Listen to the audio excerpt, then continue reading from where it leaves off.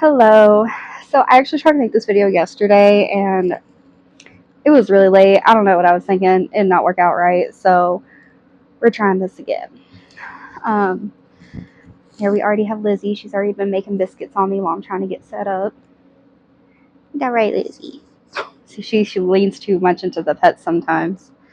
Alright, so today we'll be talking about this book, The Mad Scientist's Daughter. It's won a Philip K. Dick Award, which honestly I don't know much about. I'll probably jump in at the end to say more about what that's about. Actually, let me do that. Let me pause. It says the Philip K. Dick Award is presented annually with the support of the Philip K. Dick Trust for distinguished science fiction published in paperback original form in the United States. So it seems like a pretty big award. So to win that for science fiction, I I can definitely see it. I can see it. Like, so okay, so science fiction isn't my favorite genre. My ears are dirty. Um, Science fiction isn't my favorite genre, but I do love it. I think it kind of goes hand in hand with my love of like dystopian and futuristic books. I really like the subtleties and the differences in society. So especially like the futuristic type things. In the near future, the distant future, like what's changed, what's different, what's the same, even. Which there was a part I didn't mark it, but it was like something like she slid her credit card, and I was like, all this stuff is so futuristic, but they didn't imagine tap cards. Like at some point you're just gonna like wave or like it'll have facial recognition, and that's how you pay for stuff. Actually, when we went to New York City, there is an Amazon like shopping center, which I didn't know that was the thing. It was like a little thing within the bigger mall that's like right in front of the Rockefeller Center, I think, or whatever it is, under the Rockefeller Center maybe. And it had facial recognition, and you could set that up with your Amazon account, and like that's how you got in, was either with the app on your phone, like a QR code to scan, or I think the facial recognition. I don't know what the facial recognition was for exactly because I didn't really go in because it was too much work and none of us had good cell signals there. She licks her butt scritches. Her little tail. um, but anyway, so it's just little things like that. I'm like, okay, that's what we think is going to still be around. But yeah, let me adjust this lighting. So this book. When I picked up this book, I thought it was a book that was popular that I had seen around, but honestly, I don't remember anybody ever talking about it because this book is not what I thought it was. And when I picked it up to read it, like off my bookshelf, which granted, this book I'm pretty sure I've had around for a minute. I don't know, I could be wrong on that, but anyways. When I picked this book up, it says A Tale of Love, Loss, and Robots. And I was like, robots? I don't think we were doing robots, but okay. And no, we're doing robots. Okay. So this book is a very interesting thought exercise about the sentience of AI. At what point does artificial intelligence become sentience? And the following problems that go along with that. So I described this book to my fiance as a person who doesn't read, and he's never going to read this book. 11 pieces. He says he likes to read. He does not read. He'll pick up a book and read like 50 pages of it and then never touch it again. So, he's a gamer. He obviously does the same thing with games. He doesn't finish games very often. But anyway, so when I picked up this book and I explained it to him, I was saying that basically there's this mad scientist, hence the title. He's not really a mad scientist in my opinion, but he does a lot with AI and programming, cybernetics. I don't know. Those are all words I kind of saw in the thing. I know absolutely nothing about technology or AI. I do like the idea of considering the thought exercise that this book presents, but I don't know anything about it. I'm no expert at all. So he does something like that. He designs things, he creates things, all electronic, and all having to do with some form of AI, from my understanding. So he comes home one day and he's got like, I don't know, a 7-year-old daughter, 5-year-old daughter, something like that. She's young. She's really little. and he brings home this android who is apparently different than just like a regular like robot, because I guess that means that they have some level of sentience. Um, and he comes to live with the mad scientist and his family, his wife and his daughter. And the android is named Finn, which we'll be calling him Finn from now on because it's just weird. They don't really refer to him as an android very many times because he's a character. He's a family member, and even though he is AI, he is a robot, like, to some extent. Like he is programmed to act certain ways and to think in certain ways. He is a secondary character. So the little girl's name is Kat, or Katarina, and basically the no spoilers version of this plot is they grow up together, and she develops like a schoolgirl crush on him because he's her tutor, and she's really homeschooled. He's really the only person she's around, and yes, I consider him a person. I'm going to continue to do so because, like I said, he's a secondary character. So she's spending a lot of time with him. It's her only contact and peer, and of course she develops feelings, and they grow. And before getting into any spoilers, they it's a question of, if she loves him, what does that mean? Because he's a robot, he can't love her back, right? So that's the no spoilers version of the plot. To get more into the spoilers, just so that way if you have read it and you just don't remember exactly what happens, or you just don't know if you want to read it, because like I said, science fiction is not my thing. I mean, I would probably need a lot of convincing to read a science fiction book, other than the fact that I'm just trying to clear out my physical TBR, my physical to be read list, aka all the books I have that I have to get rid of before we move to Spain in a couple years. Lizzie, don't knock that over.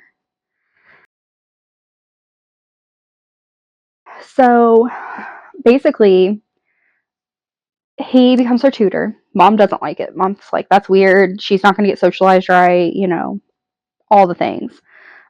She does go to school at some point, but she ends up getting into a fight with a kid because they kept calling Finn a it and not a him.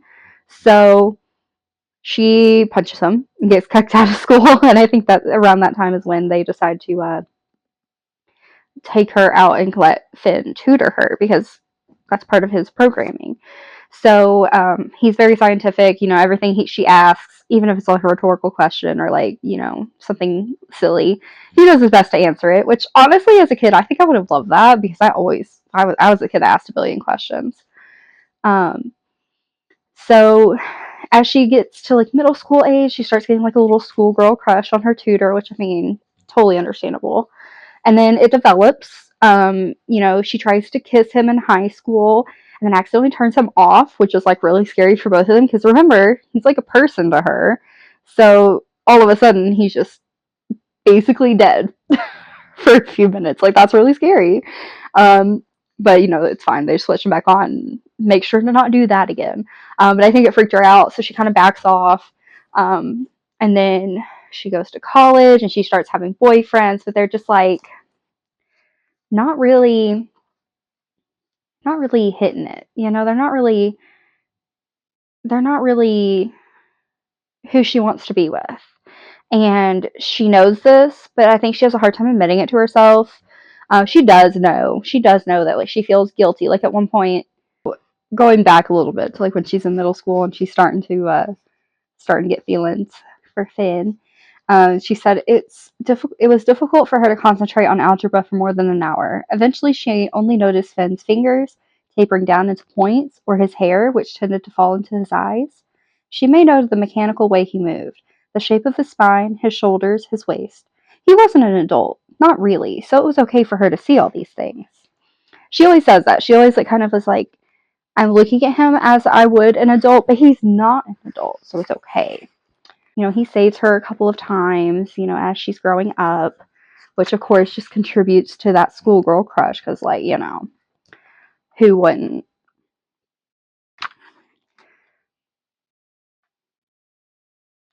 At one point, I think she's in high school. She's at a party with friends, and including this guy, and this guy roofies her. and or drugs her. I don't know if it was roofies, but or she's trying to figure out like, who do I call? What do I do? And she's like, oh, Finn. I can call Finn, and I can tell him not to tell my parents, and he won't. I know he won't.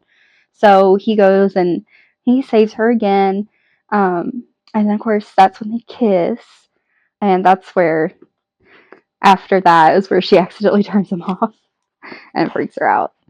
One of her ex-boyfriends one of her boyfriends in college she dumps because he actually looks too much like Finn, and that's like bothering her, and she's like makes her miss Finn more.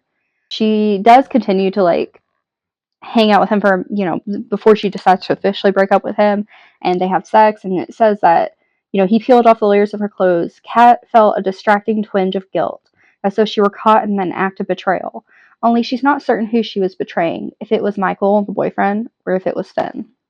So that's pretty much what colors most of her relationships. Then her mom dies suddenly. I think it was a car crash. I'm not 100% sure. And then, so as I alluded to, they get freaky. I think it's after she's moved away. Obviously, she's been in college. I don't know if she's finished college or not. But she says, how human are you? And he says he pulled away, her entire body rioting against it. She grabbed a hold of his hands, pressed them to her chest. Never let him stop touching you. I don't understand, he said. Sex, Finn. I want to know if you can have sex. There was a long computational pause. I was built to resemble a human being in every way. Don't be coy. Another pause. Then, I'm not sure it would be appropriate. And then forwarding, he says, I can do it, he said slowly. It's part of my store of information. She's like, good. Cool. Cuts him off. All right, that's all I needed to know. So they begin their little tryst. But the problem is, Kat already has feelings for him. She has for a long time. So, like, this isn't helping. This isn't making things better. And anything is making it worse. And he even said, I think I'll get to it. He's a robot. He can't do all the things she can do. He can't love. He can't feel those feelings. He can act like he feels those feelings. But, when she's living on her own, he comes and sees her. They continue seeing each other sexually and otherwise. Just they have a lot of memories they make. Like one time he stays the night and he opens the windows because he just wanted to feel the breeze or something. I can't remember. But she wakes up, she's shivering, she's freezing because he doesn't get cold. She gets cold, and yet that becomes a fond memory for her later, and when she remembers, him wrapping her up in blankets and all of that. It just kind of is growing, and we all know where it's going to lead. Then she has a boyfriend, and he proposes, and she makes him wait, but she does say yes. And this is Richard Feversham. It's going to be her husband now. And, oh, this is the part that I was looking for. So Richard proposes, she makes him wait, and then I guess she's talking to herself about Finn. She's focusing on Finn, she's thinking about Finn, and, what should she do with this proposal? And it says she hadn't believed it as a child, but she was older now, and she knew how computers worked. He was a computer who acted as if he loved her, and even though she ought to know better, the fact made her heart flutter hopelessly inside her chest. She thought about Finn's touch, but she did not allow herself to think about the deviancy of it. Only damaged people slept with androids, people who couldn't stand human touch. Kat wasn't like that. She is, by the way. But so it's like this process of like she wants to be with Finn, but she knows that Finn can't return her feelings in the same way. So she figures, Richard's a businessman. He's pretty transactional. So this will be a transactional marriage. She'll play the part. She'll go to the dinner parties with the snotty wives of all the other people. I hate that. Why are people like that? I've worked in the corporate world. Why are people so bothered about other people's business? Just be nice. Mind your own business. Why you gotta bring up other people's stuff and make them look bad? Like, not that that's really happened to me more than like once or twice, but like I've seen it. Like people are just so catty, especially women. Sorry to put it out there, but it is like women are just catty. And of course she has to deal with that. And she's kind of like me, and she kind of just doesn't care about drama, and she's just like, I'm just here because I'm doing my job. I'm just here because this is what my duty is as a wife. So that happens. We'll get to it. But she does end up asking Finn if he can fall in love, and he freezes. What? He didn't say it like a question. His voice was strange, distorted. Then he blinked. You're not the first person to ask me. I'm not? No, blah, blah, blah. A preacher what came to the house or something. He ends up saying, no, I don't believe I can. Love is far too ill-defined a concept to work within my current parameters. It's too abstract. Oh, Kat took a faltering step back. It's too hot in here, she said, and stumbled backward into the backyard. And then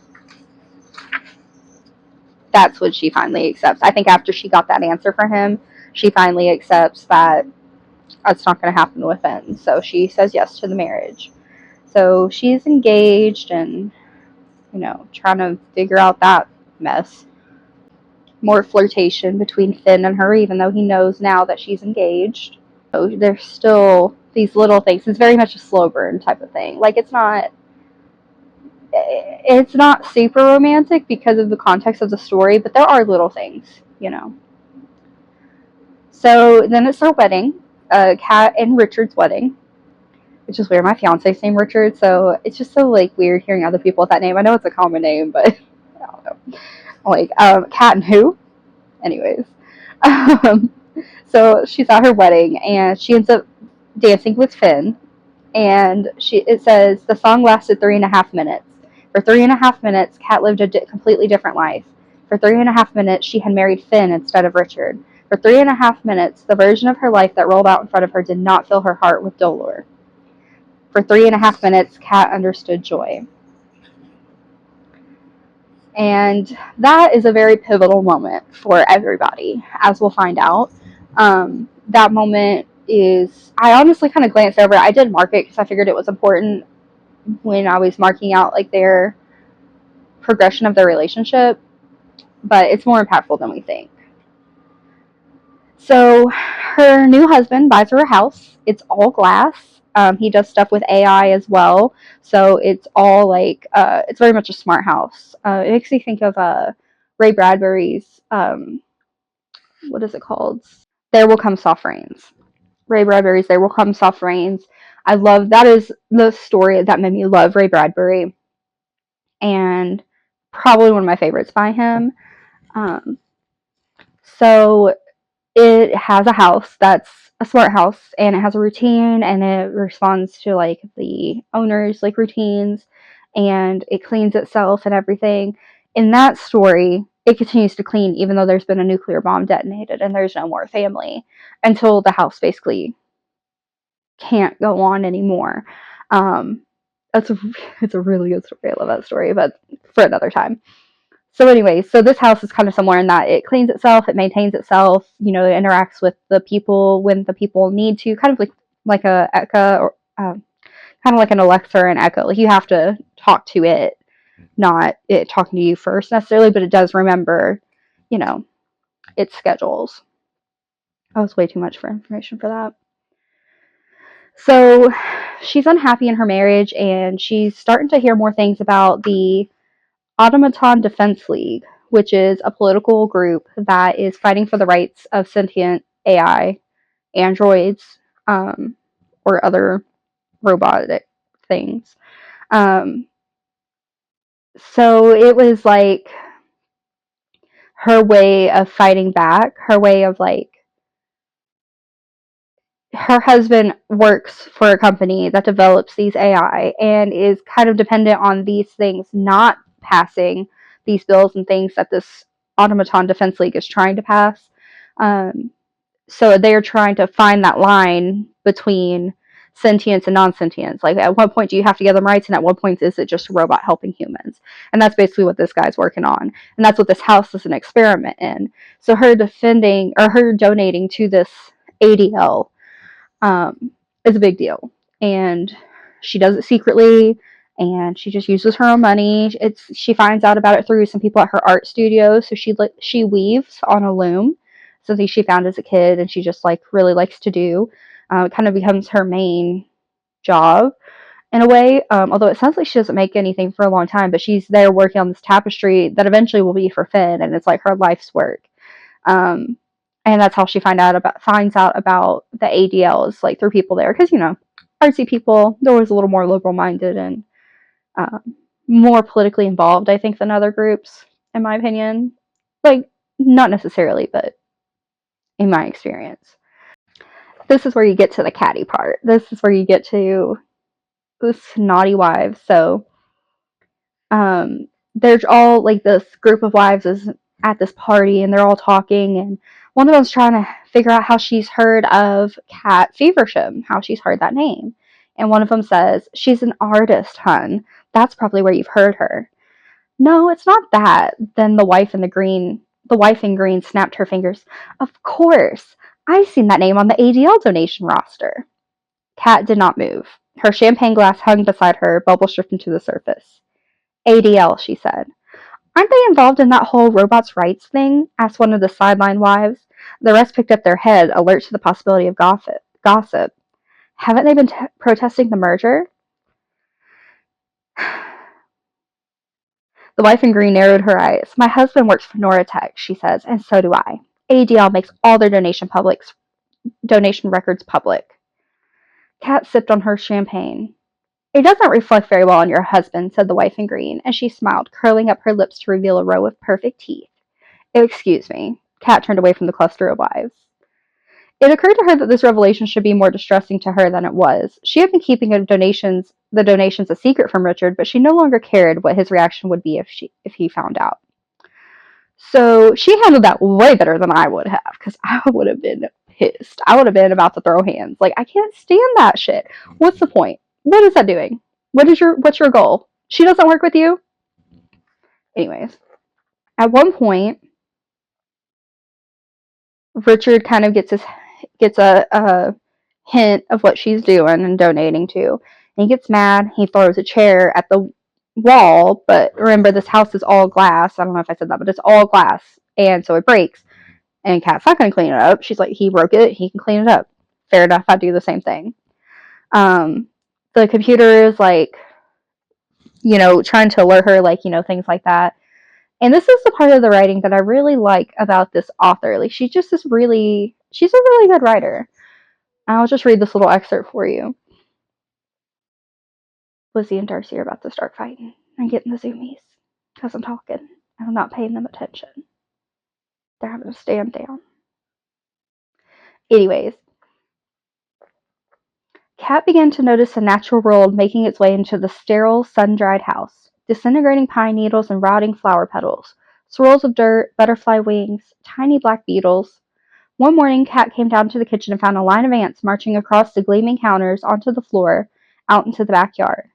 They had, in the night, found the place where she had spilled a teaspoon of sugar while fixing a plate of strawberries, and now they carried off her messiness, granule by granule. She stood in the opening in the glass and watched them work. I honestly really love that. Not just for the artistry in the words, but in the duality of the nature and the robots, because the house has a set of little robots that go and clean up. And this is nature's robot cleaners. Like, I mean, they're not robots, but like, they're nature's version of that. Like, they just are picking up her messes.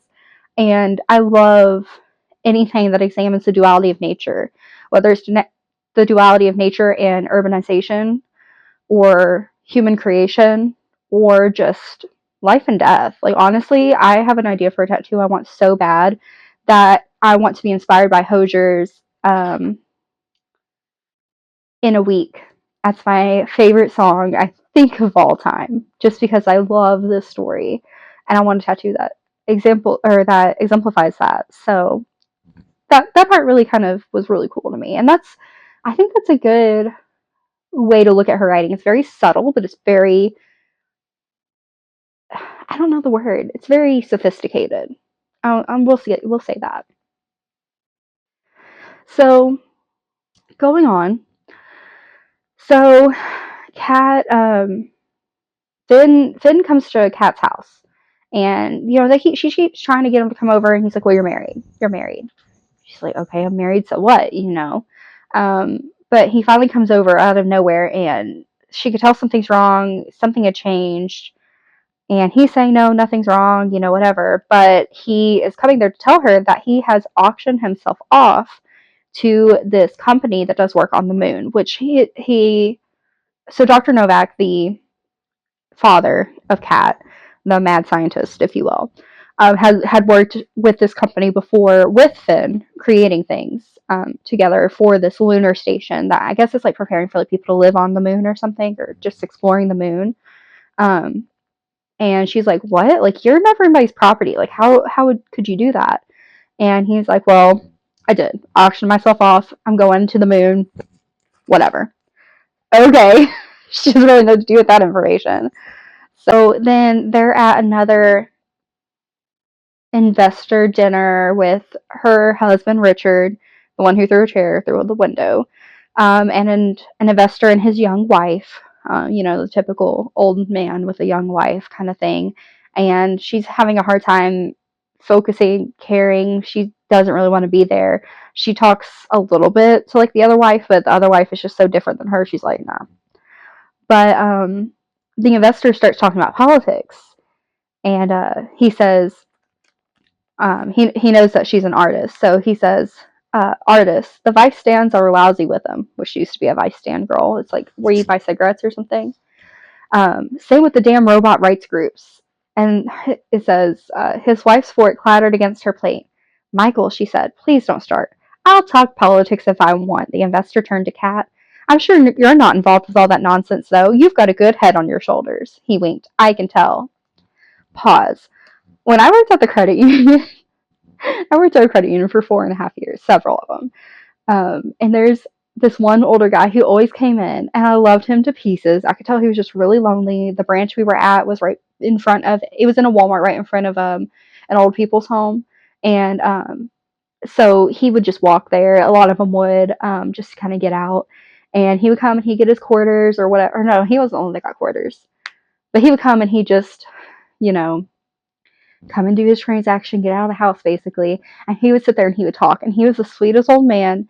And he would always be so mindful if anybody else came up, which I love because sometimes that really irritates me when people are like having a conversation with me. But I'm like, okay, but I got to help other people. It's my job, you know. But he was always so sweet. And he was really big into angels. And I can't remember if it was like prophecy or something, but like he like had like this belief that I didn't share. But I always thought it was interesting. I didn't mind talking to him about it, you know.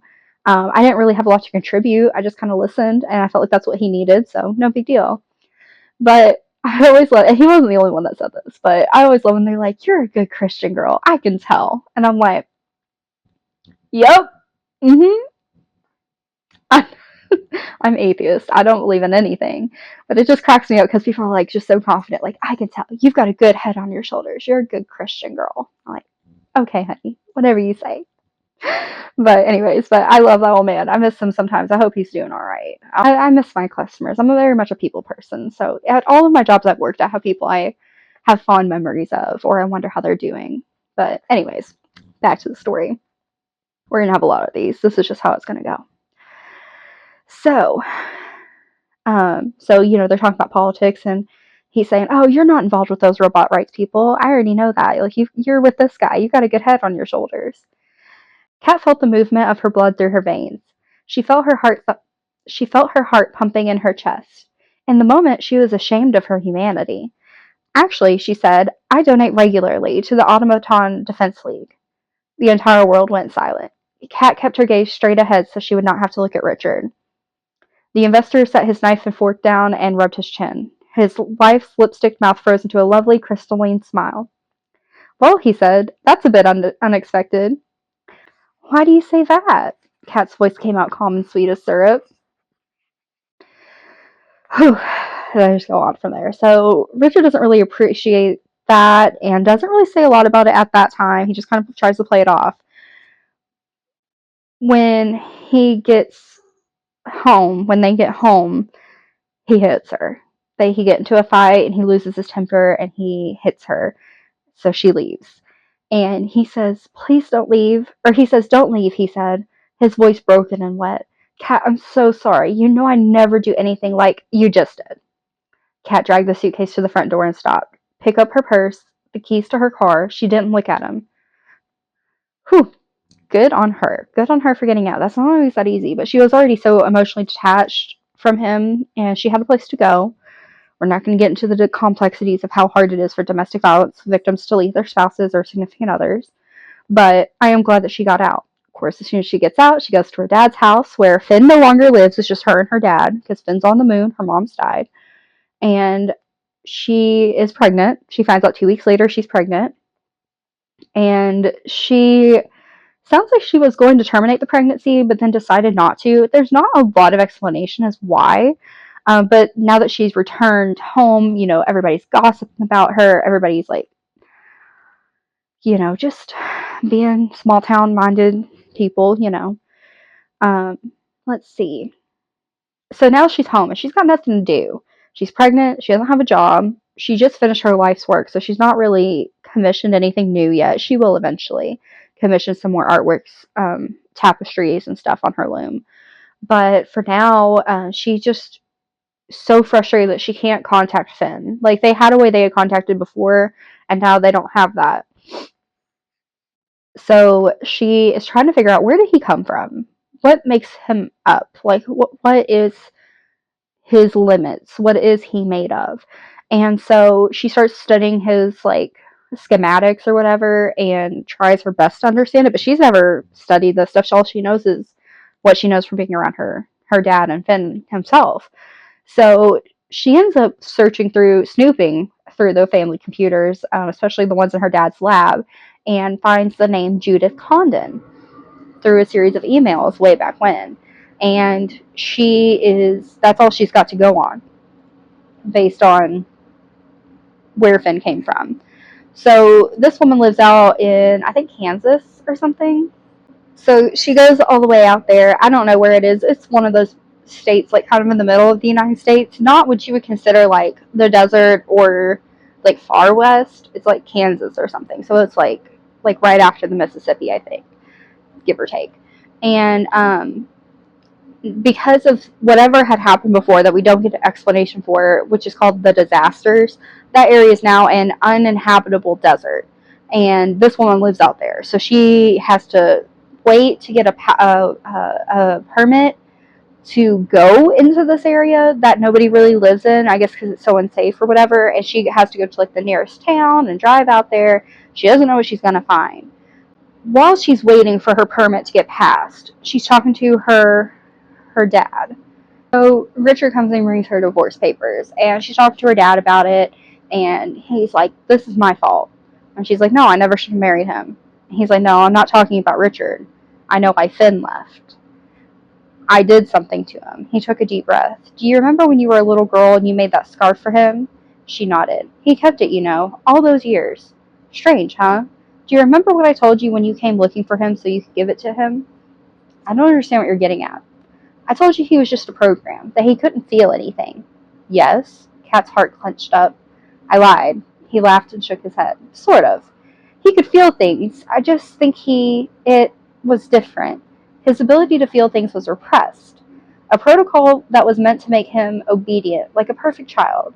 Certain intense emotions were overridden, and so I wanted to... And then, like, explains some stuff. I wrote a program, her father said, that erased all that. So basically, he fixed Finn so that he can feel emotions. And that's why he was off when he came to see Kat and tell her that he was leaving for the moon. I'm sorry, I've been watching Umbrella Academy, so all I can picture is Luther going to the moon in his, like, ridiculous gorilla body. And I'm just like, that's all I can think about every time I say he's going to the moon. He lives on the moon. Anyways, so as she's, like, trying to find this way to be closer and closer to Finn when he's not available to her, she finds out that that's why he's not there, and she has used him, and she has always, kept up that wall of, well, he's an android, he can't feel these things. And now her father's telling him that he can, which Finn is, like, one of a kind, like, first of his kind. So it's different. They're not really sure what his limits are. But now, she's pregnant and she's waiting for this permit, and she knows these things, and she's learning more and more about him. She starts talking to the baby and basically telling the baby, like, this used to be her daddy's room, and it's Finn's room. Not her, not the baby's actual father. Um, she doesn't tell Richard she's pregnant and tries to keep him from finding out that he has a kid, and he never finds out really. She's thinking about Finn and what all this means, and it says she didn't understand him in the slightest. She hadn't allowed herself to, because understanding him would mean giving up the convenient lie that he didn't care. And again, that kind of goes with just all these walls she has up. And she gets her permit. She's able to go to the Midwestern Desert, is what they call it. So she heads out there.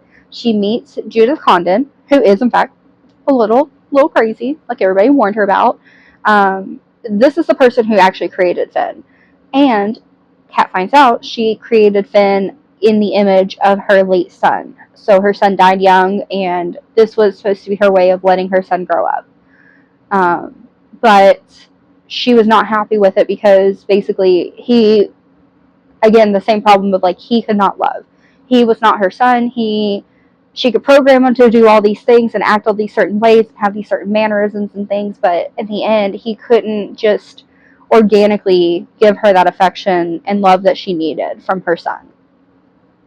So she gets real upset. Kat leaves, but she understands him better now. She goes back home, and she finds out that her dad has a brain tumor, and he has for years. This is the future, so they have better, medicine and stuff. But she was like, "Why are you telling me now?" And he says, "You were brave enough to go see Dr. Condon." And she's insane. "I figured you must be brave enough to deal with this." So there's that. So, it's sad, but, he's doing all right. He's still around for a while. She has her son. She names him Daniel after her father's first name, which I did not realize that till the end, because I don't remember them saying his name except for maybe in the very beginning. But she's not very. You wouldn't expect her to be very maternal, but she's starting to have those maternal feelings, and she cares about her son. She does everything she can to give him the best life. At one point, she's giving him a bath, and it says his fingers curled around the damp ends of her hair, and she understood in that moment why women chose to have children. I always find that interesting. I found that as an interesting way of putting it, because a lot of women don't choose to have children. They just do. And that's something I've thought a lot about personally, and that's, a lot of stuff that we won't get into, but it's just a lot of people, it's not a choice. It just happens to them. But some people do choose it, and I think that's an interesting connection to make, that yeah, she didn't choose to have this child, but she loves this child, and she's appreciating the things she's getting from this relationship, and the care that she can give him, I guess. She starts seeing similarities in her son to Finn. So Finn's eyes are described as flashing silver. So they're very dark eyes, but I guess they're a lens. So sometimes you can see a reflection. He's got dark hair, then pale skin, and she starts seeing those things in her son, oh, his eyes flash silver, which I don't even know what that means, but okay.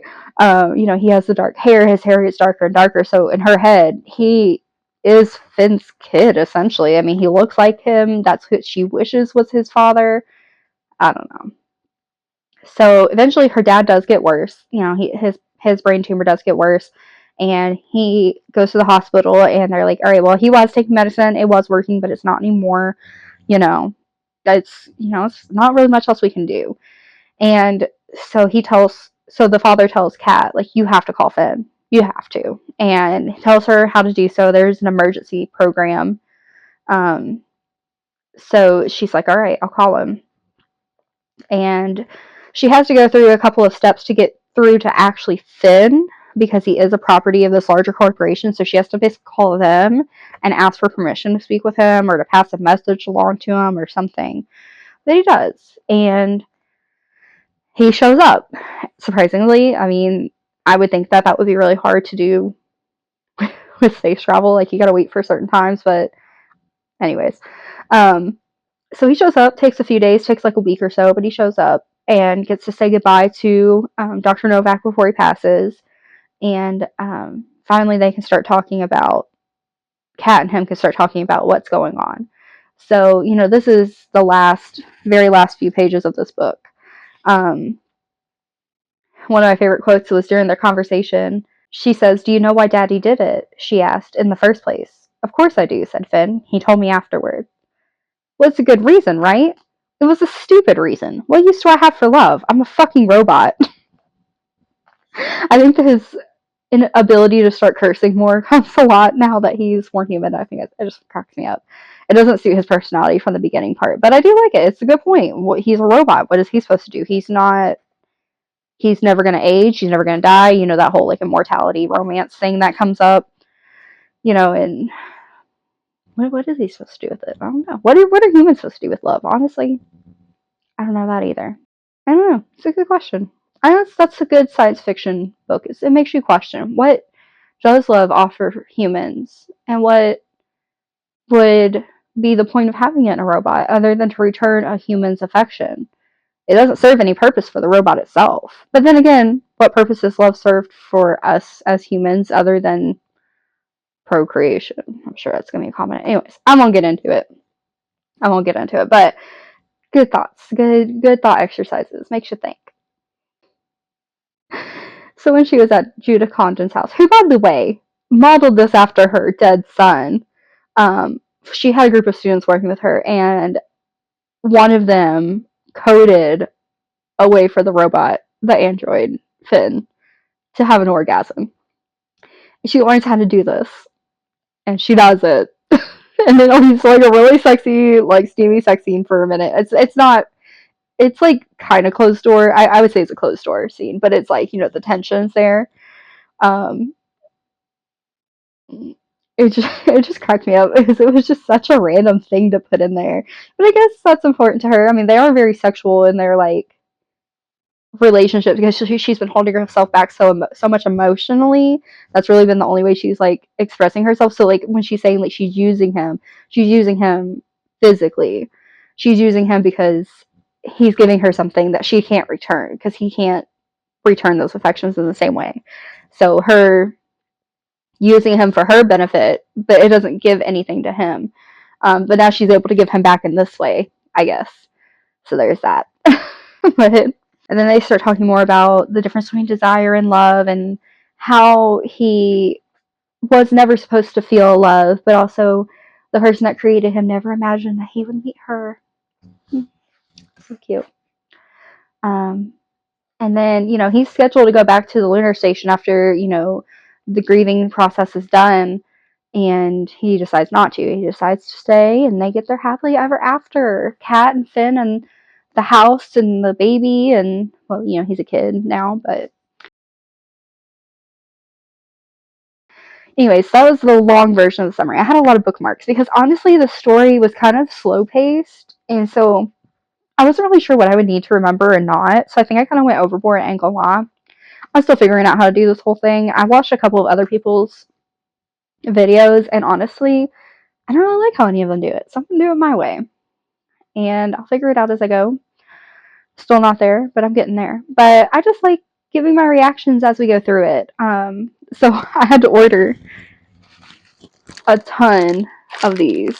Like, I don't even know how many are in here. I'm already almost out. Let's see.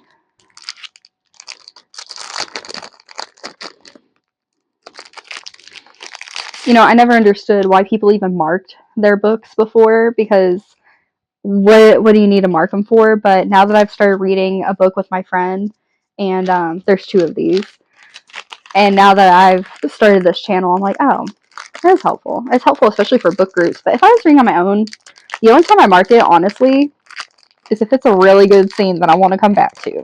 If you know what I mean. Honestly. Or, like, I guess maybe, like, the big, like, oh, no way, or, like, big turns, or, like, whatever. I like psychological thrillers, so I love a good twist. That would be a good place to market. But honestly, unless you're going to reread the book, what's the point? But anyway, so I get it now. I've been indoctrinated. Sorry for the crinkling, that stuff's loud. But yeah, so that's that.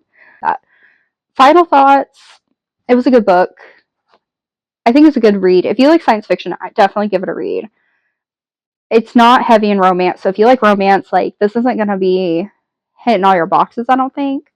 Especially because there is such a sense of disconnect. There's so much barriers up. Like, it's not like a regular romance. I don't know. I don't read a lot of romance, but a lot of romance, I feel like there's like these little things throughout it. And yeah, there's a few of those here, but they're always like, the tension is like scaled back because she's trying so hard not to feel that way. So I wouldn't read it for the romance. I'd read it for the science fiction. But if you like both, it's a good one. It's definitely a book that I'm like, probably be like, yeah, I've read that. Okay, I have thoughts, I have opinions, but honestly, couldn't tell you what they are right now, other than just like what I've told you throughout the plot. Um, but yeah, I don't really have final thoughts. So when I go through the plot like this, it kind of like takes all those final thoughts because I just kind of throw them in there. Um, anyways, so that's this book. Now I have the joy of taking all these tabs out before I donate this book because I gotta clear out my shelves before we move because Lord knows I'm not taking 470 books to Spain. Yeah, that's how many I have, apparently. I probably have more, honestly. Oof. Anyways, so I also started reading this book called Ape House by Sarah Gurin. Now, this is a lady who wrote Water for Elephants, which I read for the first time in 5th grade. And I've read it again since then. 5th grade was a little too early to be reading that, I ain't gonna lie. But I really like that book. And I remember I had very positive views of it, especially the ending. And I just really liked the emotion she put into it. So I was like, oh, it says right on the front, author of Water for Elephants. Cool. I'll read it. Apes. Cool. I used to be in psychology. I wanted to go to Carleton College in Minnesota because they had a lab where you could work with I can't remember what they were, but they were a specific type of like chimpanzee, and they were so stinking cute. They were like tiny, and I wanted to go so bad. But I only made it. Where did I make it? I only made it this far, and I can't do it. So I'm gonna not finish this book. Personally, I think it could be a really good story if they focused more on the actual like thing about the apes. So like basically, from what I've read so far, there's this woman who works at this language lab with the orangutans, I think they are. But no, they're bonobos. They're bonobos. Um, and she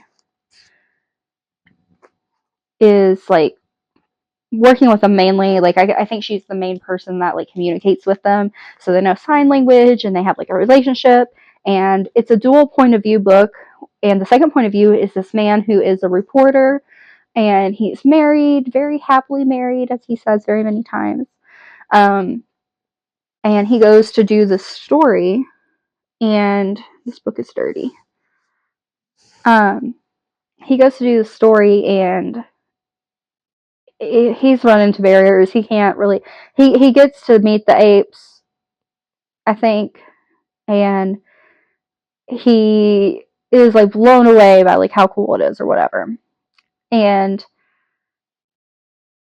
then there's like these animal activist rights group, and they blow up the ape house, and the woman's in severe condition, and the monkeys escape, and now they're trying to figure out like how are they going to get back, how are they going to take care of them. Like they don't know what they want, they don't know sign language, whatever. I just got to the part where you start hearing like what's actually happened to the apes since then, like somebody captured them essentially. But I couldn't get past it because even though it sounds like an okay story, the main character guy, oh my god, he's like, I'm so lucky, I'm so happily married, blah blah blah blah blah. But then anytime there's a woman, an adult woman in the vicinity, he's about how hot she is, and if I weren't married then maybe, and like basically like all these very unloyal thoughts. And I just can't do the whole like cheating trope. It's just not for me. Like it pisses me off because I have very strong personal views about cheating. It's not something I think you should ever do to a person. I think it completely destroys their faith in not just you, but in every future partner. And I just don't think that's okay to do for a person. If you're not interested, just fucking leave. I don't get it. Anyway, so this does not appeal to me. I mean, this book does not appeal to me because he's even like actively with his wife. We meet the wife. She's traveling with him at one point, and she's about to go to Los Angeles to like work on her own shit. And I'm like, I just feel like he's going to end up getting with the Ape girl, and I'm going to be pissed. So I just stopped reading it. I don't not finish books a lot, but I'm trying to be more mindful of that because I do have a lot of books to get through, and I don't need to waste my time pushing myself through a book like this because I did that enough when I was a teenager. Like, I had it in my head that I needed to read every book that was ever written ever. Yeah, no, that's not happening. but now that I've realized like how impossible that is, how many books get published every year, it's not worth it. I don't push myself. But I want to end on a good note. So, this book. That time I got drunk and yeeted a love potion at a werewolf is amazing. It is so funny. I can't wait to read the other ones. I didn't want to do a whole one on this one because, A, I don't have that many spots, and honestly, some of those spots are just, like I said, those scenes you want to return to, not like really thought-provoking ones. And this is actually the second in a series. It's called The Mead Mishaps. And I didn't know that, but I saw this at a bookstore in New York City when I was on my bachelorette trip, and I just couldn't help myself. I was like, I have to get it just for the title. So I got it. It did not disappoint. It is so funny. I will tell you a couple of the quotes that just kind of sum it up. So, so basically, this guy is trying to drug her in the beginning of this. Like, he really wants to go out with her. She keeps telling him no. She's a feisty woman, too, so I don't know why he's trying so hard. He's gonna get decked. And she's throwing, like, baked potatoes at him and stuff, and he tries to give her a drink, and she's like, no, I'm not fucking drinking your drink. And she throws it, and he ducks, hits the werewolf behind him. And the werewolf thinks he's found his fated mate, you know, and he's like, oh my gosh, and, like, immediately kisses her, and she's like, okay, I'm not hating this, but also, like, what the hell? And then they figure out it's a love potion, and they're trying to figure out, like, well, what do we do? Because now this guy thinks that this is her mate, or his mate, you know, and her friends were like, well, you could try this, you could try that, you could try magic, you can try spells, you might just have to sleep with them, you just have to see how it goes. So she's like, let's not, I feel like that's taking advantage of him. But anyway, so the spells aren't working, so this is what she says. So this is just him and her talking in her house. She rolled her eyes. Look, I said no because I'm trying to do the right thing and not take advantage of you while you're under a love spell. But right now, that potion's gonna kill you if we don't fuck. We tried spells and waiting, and all we got was a tentacle monster stringing me up in front of you like a New Year's present. It keeps going on. But basically, I love that. The potion's gonna kill you if we don't fuck. That's the premise. That's the premise for a lot of the story. Of course, they get feelings, and it has a happy ending, and all of that. But it's definitely interesting. It cracks me up. After they have their first little session, group series of sessions, she goes outside. She's trying to get her breath and get some fresh air, and she's like, "Damn it, Bree, get a hold of yourself." The porch creaked as I paced its length. You're just a little digmatized. It happens. You can still keep your head about this. I love that. You're just a little digmatized. It happens. I'm gonna start saying that. I need to say that in my real life, but I'm not in my hoe phase anymore because I'm about to be married. But I have a couple friends I'm gonna have to remember to use that with because it just cracks me up. Like, I don't know if I've ever felt that, but good for you, girl. Good for you. Let's see. Oh, and then later on, there is a character that is a talking sword. I think at one point she was human, but honestly, I'm not even sure. The talking sword, so Bree, the main character, and somebody else, I don't even know who, both find the sword, and they're both trying to get information, but Bree found the sword first. Oh, because they were doing it in a meadow, and the sword is floating down on a alligator's back, like an alligator, like somebody had stabbed an alligator, and it's just floating down the river, and she's commenting on their exploitations. That's the third word. Their adventures. So they're like, what the hell? He's talking, and it's the sword. So then they quickly run into another person. They're trying to find out information from the sword, and so he says, "Do you know where the dragon's wife is?" He asked, perking up. "Yes," she answered brightly, then fell silent. "Well, will you tell me?" "No, I ain't no snitch." A sword that ain't no snitch, apparently, is my unofficial favorite character in this book, other than Bree. I love Bree. I love Bree so much. I love that she is curvy. I like that they make a point to point out that she is a person of color. She's black and she has gorgeous hair, gorgeous skin, gorgeous body. Everything is praised and like as it should be, you know? It's just like, I feel like sometimes when you have characters that are meant to be black, like they just kind of like mention it like they had dark colored hair or they had dark colored skin or they had kinky hair and then that's it. And like there's like one or two mentions, but this one like does a really good job of like, this is who she is and she's fucking gorgeous because of it. Live for that. So I love Brie and I love her personality. I love that she's very much like feisty, Spitfire, and you know. But but yeah, that character cracks me up. She's not there for long. But anyway, so they all get kidnapped or something. I don't know. They're all trying to get out of somewhere. Honestly, at this point in the story, I don't even remember much of it because I read this book very, very quickly. They are trying to fight their way out of wherever they're being held captive, and they're gonna have to kill some people. And she says, anyone who doesn't have the tits for murder should stay towards the back. Love that. Gonna start using that phrase. So just a quick little glimpse because like I said, I don't want smut books to be my main draw, but I do enjoy them. So I will talk about them occasionally. And I don't want to go too much into this, but oh my gosh, this book was kept me laughing. I had to pause and say things to my fiance. Even when I was rereading a chapter the other day, and I had to pause and like read half of it to him because just every other line there was just like gold, just like woven in there. Whew, great. So I actually, me and my one of my best friends on the bachelorette trip, she found a book called "You Can't Spell Tea with" or "You Can't Spell Treason Without Tea," and it says it's like a cozy thriller or something, cozy like mystery or something. So I told her that book looks really good. I can't remember. It was like the summer on the back that made it look good. I was like, that looks really good. She was really interested in my book. Hey, Lizzie. And I was like, listen, I buy this one, you buy that one, we'll swap. So that's what we're gonna do if she's gotten to read it. She's been busy, but I'm definitely getting this back because I'm reading the other ones. There's that one time I got drunk and saved a demon, and that one time I got drunk and saved a human.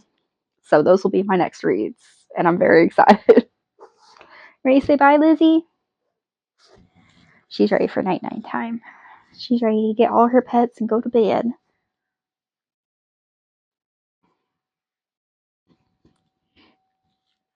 Well, thank you for joining me if you did, and hopefully leave some comments. Let me know what you like. Let me know what you don't like. I'm still trying to figure this out, so feedback would be helpful.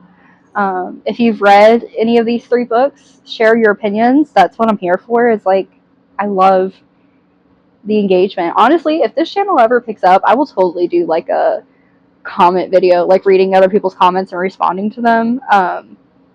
But I ain't got one comment yet, so we'll get there. I'm mainly just doing this because it's something I enjoy, and I like talking about books, and I like having that conversation. I like the opportunity for those conversations. So even if it's not happening now, I hope that it happens in the future, or that it's just giving me enough experience with promoting something around books that will help me in the future when I hopefully achieve my dream of having a bookstore, hopefully on the coast of Valencia, half Spanish, half English. I'll have little shop cats so Lizzie doesn't get jealous, but just live at the shop, have plants, make it all cozy. That's my dream. So we'll see. But doing what I can. I've always had a lifelong love for reading, and I'm doing everything I can to continue that because it's too easy to get bogged down with responsibilities and stuff. You know, I'm a student. I'm now a full-time student, so this has been my way of relaxing. I actually just posted a reel on my Instagram of like reading. It took me 3 hours to read 84 pages of a textbook. It was a lot. And then it took me about an hour to read, and it took me under an hour to read 73 pages of the end of this book. That's like the difference, because it's just like, every page, like how many more pages do I have in the textbook? But in this book, I'm like, I'm getting close to the end. I need like a set amount of time to just not be bothered and just like get involved in it. And I love that. So Anyways, I'm done rambling for today. Thank you again, and I will see you soon.